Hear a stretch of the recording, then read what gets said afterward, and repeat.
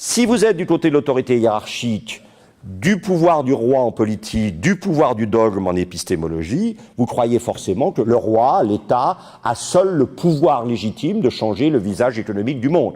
Alors que de l'autre côté, si vous êtes favorable au fait que l'esprit est dans la communauté, qu'en politique l'esprit est dans l'assemblée, que dans l'épistémologie l'esprit ne peut être que dans l'expérience, chaque individu habité par l'esprit fait l'expérience du monde et inductivement en tire la leçon, eh bien vous penserez qu'au fond, chaque individu, non seulement peut, mais doit, par fidélité à l'esprit, être dans une dynamique d'initiative privée d'entreprise. La grande idée weberienne, Dieu s'est retenu de créer le monde parfait pour que l'homme le porte à sa perfection par son travail, et que l'homme porte le monde à sa perfection par l'initiative privée. Alors l'initiative privée, évidemment, ça c'est magnifique, c'est la première représentation d'une usine dans le monde occidental. Elle donne à voir la définition que Adam Smith donne dès 1776 du travail industriel. Le travail industriel est fragmenté, répétitif et interchangeable. Toute la théorie de la chaîne est déjà là, en germe.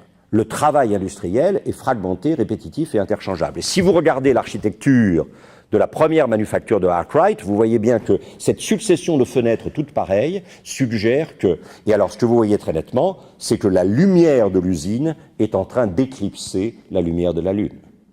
C'est-à-dire qu'on est en train de sortir d'un monde du cycle, l'alternance des jours et des nuits, l'alternance des saisons, pour entrer dans un monde du geste démiurgique, c'est-à-dire la figure, ce n'est plus le cycle, la figure, c'est la téléologie du progrès qui veut aller toujours vers un davantage. Ça, c'est clair. Ce n'est plus une question du retour, c'est une question du progrès absolu et jamais freiné.